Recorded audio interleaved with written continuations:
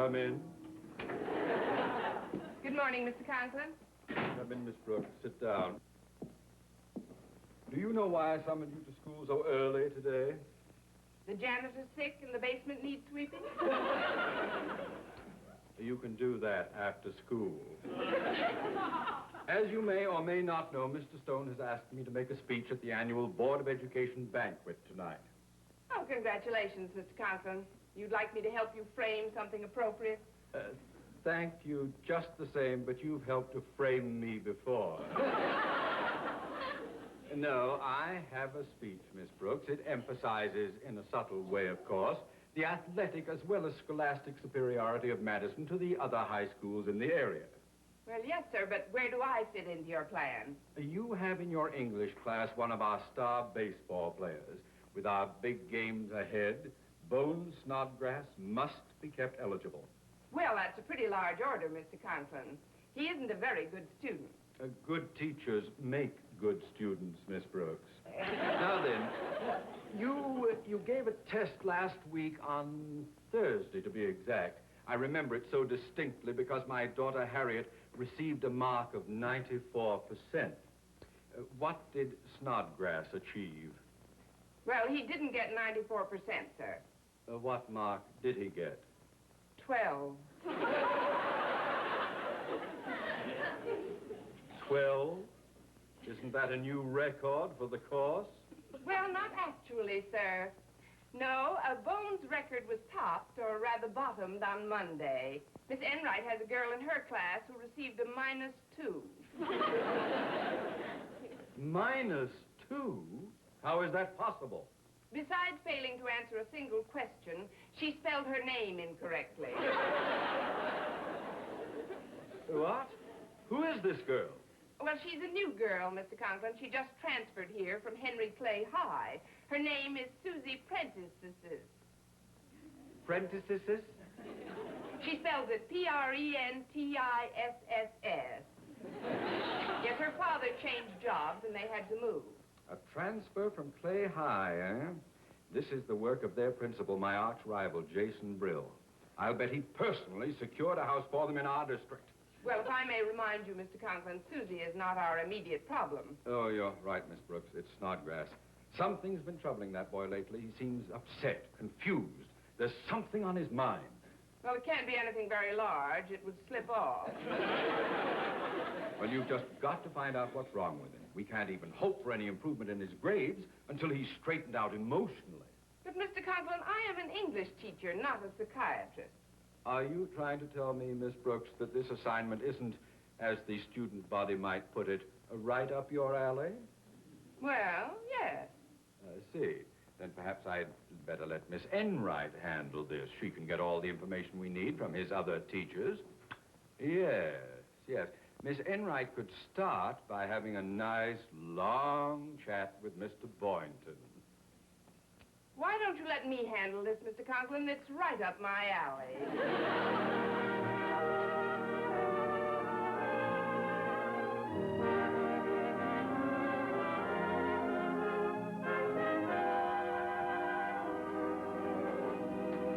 Good morning, Mr. Boynton. Hi, Miss Brooks. I'd like to talk to you for a few moments before class, if I'm not disturbing anything. No, you're not disturbing me at all. Don't sound so definite. What I'd like to ask I'll bet I can guess. The board banquet tonight. Well, I won't keep you in suspense. I'm going. Good for you. I've been looking forward to the affair for some time now. I haven't been out formal since New Year's Eve. Got out the old cedar bag last night and found my tux in pretty good shape. Oh, by the way, Miss Brooks, have you your dress all set for tonight? Well, that depends. Does your cedar bag have a plunging neckline? I don't understand. I'm afraid I won't be attending any formal occasions this season, Mr. Boynton. Well, what's wrong? Oh, never mind. What I'd really like now is some information about Bones Snodgrass. What would you like to know? Well, Mr. Conklin's been very concerned recently about his schoolwork. How is Bones doing in your biology class? Frankly, Miss Brooks, he's a pretty poor student. Well, money isn't everything. As a matter of fact, there's only one pupil giving him any competition for last place in the course. She's a new girl named Suzy Prentiss. Do you know her? If she spells it with 3 S's, I do. She's unbelievable. In her last test paper, she classified all animals into 3 groups: bivalves, quadrangles, and velocipedes. Isn't that amazing? It certainly is. How did she spell all those words? She didn't spell them. She drew pictures of them. Well, let's not discourage her. We may have another Grandma Moses on our hands.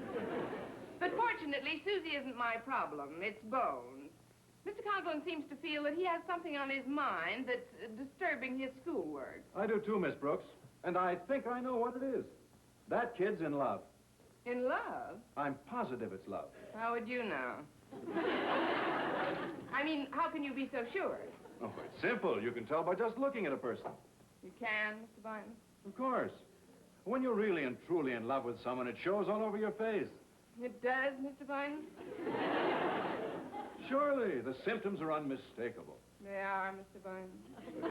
Usually the victim acts dazed and lethargic, with a vacant, glassy-eyed, almost stupid stare. You've seen them, haven't you, Miss Brooks? Miss Brooks. I'm sorry, Mr. Boynton. I must have been thinking of something else. Well, I'd better go and find Bones and have a little chat with him. Very well. I hope you reconsider about the banquet tonight.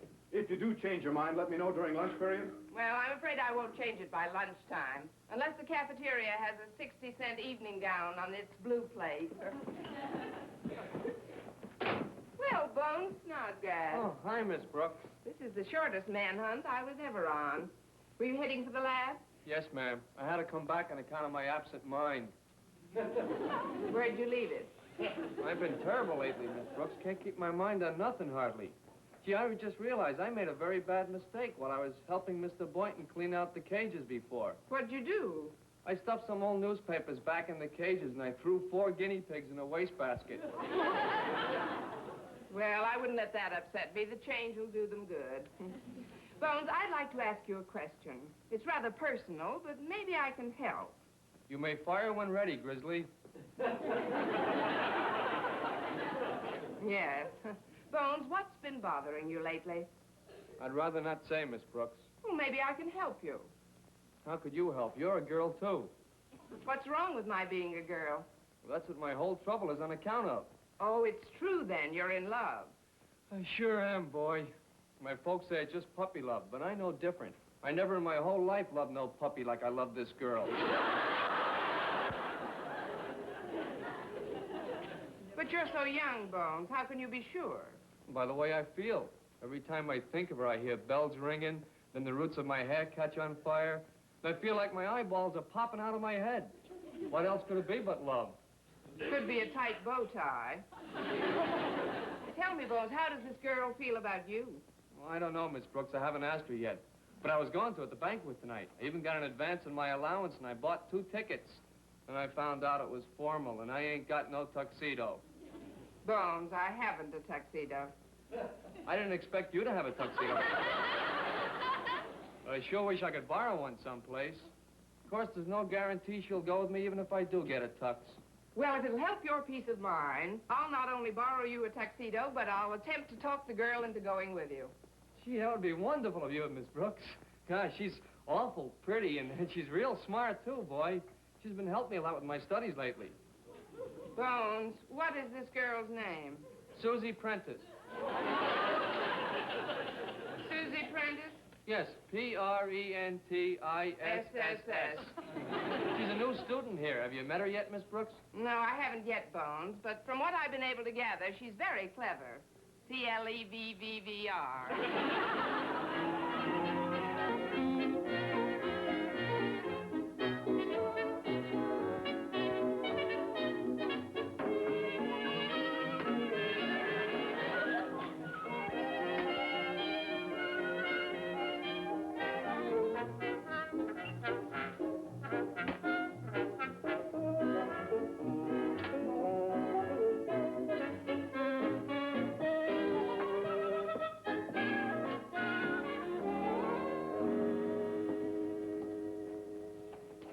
Pardon me, would you mind telling me why you took the top off the salt shaker?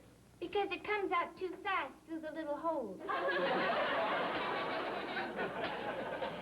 Oh, you're the girl I'm looking for, all right. Would you mind if I joined you? No, ma'am, I don't mind. You're a new student at Madison, aren't you? Yes, ma'am. You must be a teacher. You're too old to be a student. Oh, we're off to a nice start. You're Suzy Prentiss, right? Well, that's right. But how did you know? Easy. You spell it with 3 S's. May I introduce myself? I'm Miss Brooks, Suzy. I teach English here. Miss Brooks, I should have known. You should have known what? Known what? That we'd get along real good. Golly, I knew I'd like you before we ever met. Just when I heard your name, Brooks. How could you tell? Oh, I just love names with a lot of S's in them. Well, you should get along famously with Bones Snodgrass. I just had a little chat with him, and he tells me he's in love with you. Oh, it isn't really love, Miss Brooks. It's just what you'd call infatuation. Infatuation? Yes, ma'am. And why a cute, good-looking, athletic fellow like Bones should get infatuated with me is something I just can't fathom.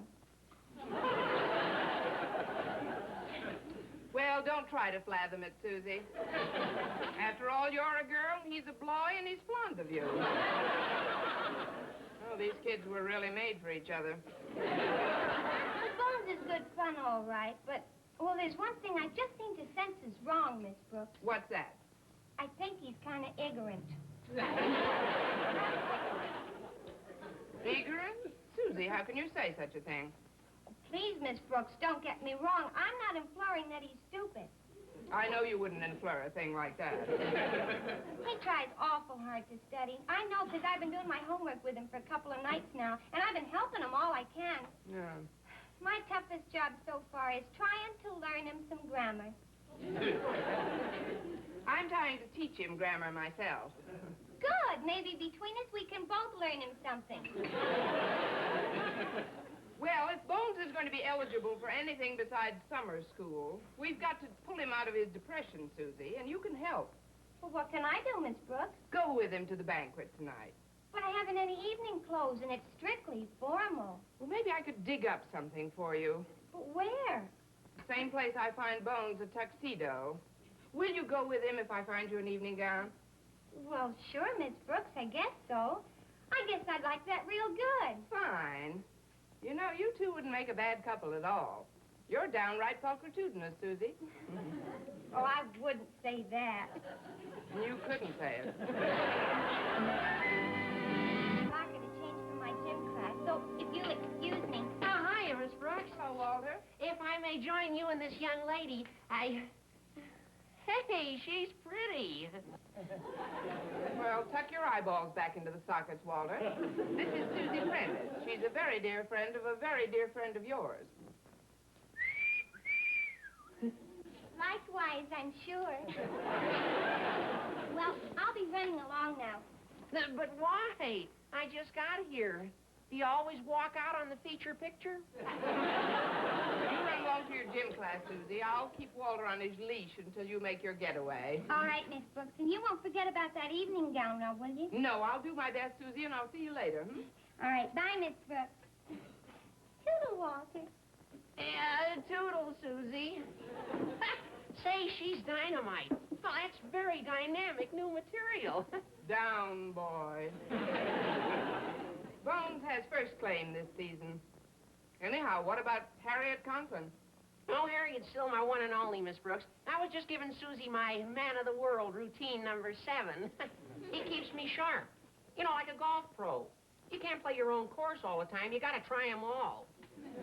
Well, you better not try this course. Bones might tee off on you. I was just kidding, Miss Brooks. I wouldn't do anything to hurt old Bones. He's my pal. Well, how about lending your pal a tuxedo for the banquet tonight? Oh, but I've only got one, Miss Brooks, and I'm wearing that myself. You know, it's going to be a pretty swanky affair. Gosh, Mr. Conklin must have had a rich uncle die or something the way he's been buying new clothes. And he got formals for Mrs. Conklin and Harriet and evening clothes for himself. I never thought old Marblehead'd shell out like that. Walter, I don't like to hear you talk that way about our principal. What he does with his money is nobody's business but old Marblehead's. Say, I wonder if Mr. Conklin has an extra tux now that he's bought a new one. Oh, no, he hasn't, Miss Brooks. And he gave his old tux away. And this time he bought tails. Can't you just picture it? Mr. Conklin with tails? I usually picture him with only one. Wonder where I can find some evening clothes for those kids. Hey, wait a minute, Miss Brooks. I've got an idea. Why don't you call Mrs. Davis? Mrs. Davis? She hasn't worn evening clothes since Harding's inauguration. No, I don't mean for you to borrow anything from Mrs. Davis herself. But when I picked you up yesterday, she told me that her sister Angela and her brother Victor had gone to a formal wedding last week. Maybe they'd lend their outfits for tonight. Say, they might at that. It's worth a try anyway. Now, let's see. Where's the nearest place from which I could call Mrs. Davis? Why don't you try the telephone? Walter, I don't know what I'd do without you.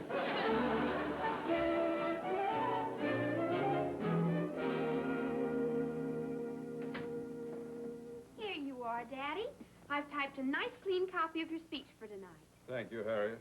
Now, run along, my dear. I've got a lot on my mind.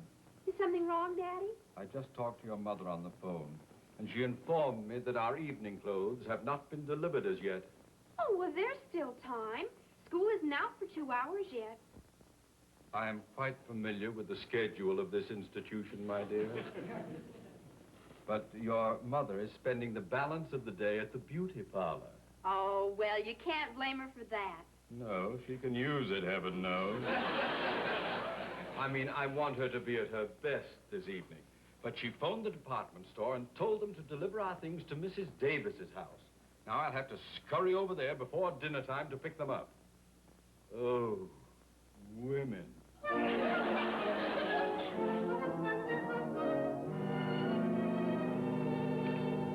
Come on in, kids, and make yourselves at home. Oh, look at the boxes, Miss Brooks. These must be the clothes that Mrs. Davis said she'd borrow for us. Well, that's what I call fast action. Mrs. Davis! Mrs. Davis! I guess she had to go out again. Let's open them. Here, I'll help you. Well, what do you know? An evening gown. It's 2 evening gowns, Miss Brooks. Oh, now, isn't that sweet of Mrs. Davis? She didn't know your size, so she borrowed 2 of them for you. It sure was sweet of her. Oh, they look brand new. Oh, golly, Miss Brooks, if one fits you, why don't you borrow it and come along this evening? What? Me put on a borrowed gown just to go to a banquet and dance every dance with Mr. Boynton and go out on the terrace in the moonlight? Come on, let's go to my room inside the mine. Look what I got, Miss Brooks. Victor's evening clothes, the whole works. Oh. Shirt, tie, and everything. Oh, that's wonderful, Bones. Now you'd better try them on. You can use Mrs. Davis's room to change. It's down the hall to the left. Okay, thanks a lot. Suzy, you take my room. It's the second door on the right. All right. What are you going to do, Miss Brooks? I'm going to phone Mr. Boynton and tell him if he doesn't pick me up here in 20 minutes, I'll call for him at his place. Ya-da-dum, da-da-da-dum. Come in. Ya-da-dum, da-da-da-dum. Miss Brooks? Hi. You want to cut in? Hey, let me look at you. All righty. Oh, that's some outfit you've got on. You and that gown were really made for each other. Well, you're half right. But I'm glad you like it. Well, how does it look on me, Miss Brooks? Oh, Suzy. Hello, Mr. Boynton. Hello, Suzy. My, you look lovely. Where'd you get that beautiful evening gown? The same place Miss Brooks got hers. I made a deal. We got them together. Do you really like it? Oh, it was made for you, dear. Get a load of this outfit.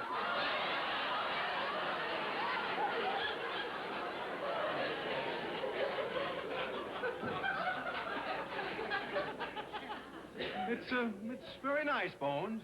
Oh, hi, Mr. Boynton. Where'd you get the suit? Looks very expensive. Oh, well, I arranged it. You see, Bones was a little short. I ain't short. Suit's long. Oh, well, that's easy to fix. Oh, let me help you. Don't you think we ought to fold the trousers under a bit? Oh, no, I like them that way. Then nobody will notice the sneakers when we start to dance. Oh, now, that's a handy combination. While he's doing the mambo, he can shoot a few baskets. You kids will be late if you don't hurry. Why don't you run along to the banquet, and I'll meet you in a little while. But it's only 4 o'clock. The banquet doesn't start until 7. Well, Bones will take you for a nice long drive around the parking lot. Oh, I get you, Miss Brooks. You want to be alone with Mr. Boynton for a while. Bones, you shouldn't say such things. Now, come on, give me your arm. Sure, Susie, take any one you want. Well, goodbye, Miss Brooks, and thanks for everything you done. Did, Susie. Yeah, Miss Brooks, thanks for everything you done did. Well, it's nothing. I only done what any other English teacher would have did. Bye. Bye. It was wonderful of you to arrange clothes so those kids could attend the banquet. Ah, shucks. It shows that yours is an extremely warm personality. Well, you can come a little closer. It's not that warm. Miss Brooks, there's something about that gown that puzzles me. Would you answer one question for me? No, it's a trade secret. Hello, Connie. Hello, Mrs. Davis. Boynton, I just been to the store. How are you, Mrs. Davis? Oh, well, I'm just fine. Oh, my, you look just beautiful, Connie. I'm so glad you were able to get yourself such a lovely gown at the last minute. Get myself, Mrs. Davis? But, this is one of the gowns that you borrowed from Angela for me. Angela? Why, Angela hasn't been home all day. Neither has my brother Victor. Then what were those boxes on the table? Well, they were left here from Mr. Conklin. He'll be picking them up any minute. Oh, no. Mrs. Davis, you've got to do me a favor. Take Mr. Boynton in the kitchen and give him a snack. Well, Mrs. Davis will take you in the kitchen, Mr. Boynton, and give you a bite to eat to tide you over until the bank. But how about you? Well, I'll just see who's at the door, and I'll join you in a All right. minute.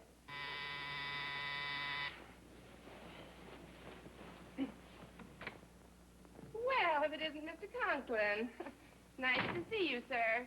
What are you doing way out in this little old neck of the woods, hmm? Just give me my packages and a minimum of small talk, and I will leave this neck of the woods like a shot. Packages. Oh, I have something very funny to tell you about that, sir. Oh, it's very funny indeed. What? There are no packages. That's a scream. Now then, if you will let... There are no packages? But my wife distinctly said that the store was going to send a... step back a little, Miss Brooks. Well... Well... Is something wrong, Mr. Conklin? I know there are a number of faculty members who would like to be in my shoes. But what are you doing in my wife's gown? Oh, now, please, sir, remember your high blood And pressure. where's my brand new full dress suit? Well, if you'll just take it easy... Take it easy! I bought that suit to go to the banquet tonight! I know you bought it to go to the banquet, sir, and that's why you can relax. Why? Because that's just where it's on.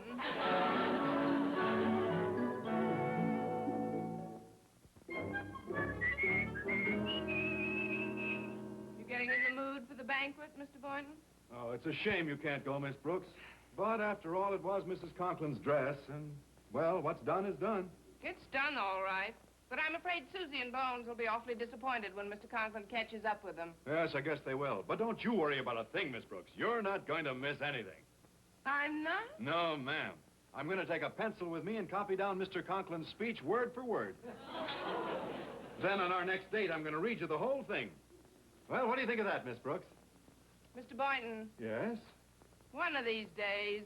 Pow!